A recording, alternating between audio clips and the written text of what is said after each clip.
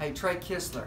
Get a lot of questions about what rod should I use for Carolina rigging, what rod should I use for crankbaits, deep diving, or what rod should I use for light shaky heads. So there's a lot of answers to that. It's a broad spectrum of answers. So I'm going to try to break it down as simple and quickly and efficiently as I can.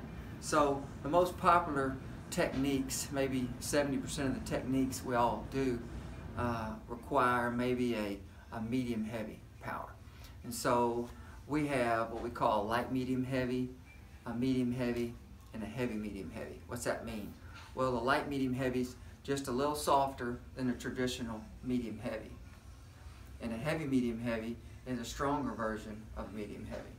I say all that to say a medium heavy, typical medium heavy rod is great for Texas rigs, shaky heads, Carolina rigs, but you want to match those with the type of structure, cover you're going to be fishing, the size of the hook, the gauge wire of the hook.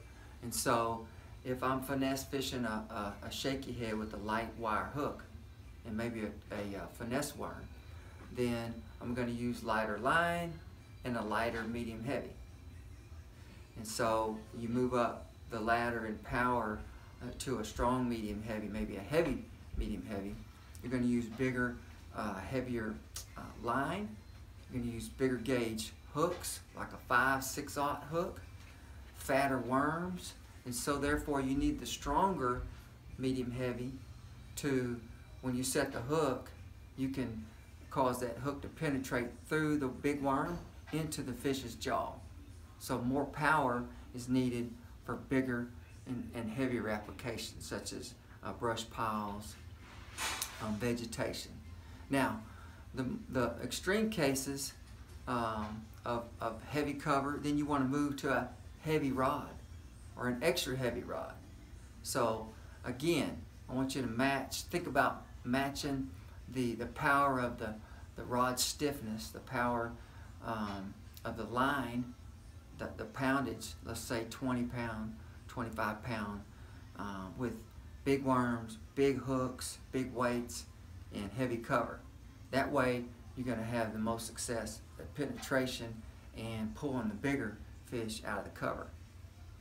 Move all the way to the other end of the spectrum, the mediums and the medium light. So a medium is best for open, exposed hooks, such as treble hooks, maybe drop shots,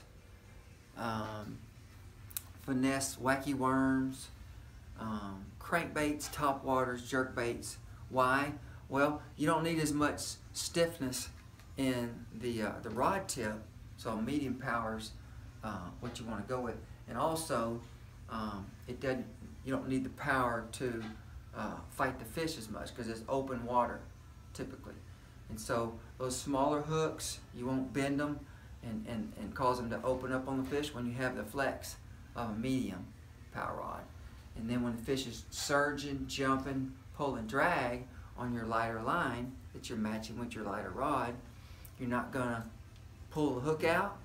Fish is not going to throw the hook because you've got a lot of recoil here, a lot of flex. So even more extreme cases, the lightest of the hooks, the tiny hooks, 6 pound, 8 pound line, you go with a medium light power rod. So a lot of flex. Why? Well, also you can cast those super light, 16th ounce lures, weightless floating worms, tiny drop shots, and so it assists with casting, assists with keeping the fish buttoned up, as well as fighting the fish around the boat. You're not going to pull it out of his mouth. And so those are some things you want to consider. So match the rod power, the hook size, the line size with the amount of cover or the open water you're going to fish. So keep it simple and have fun.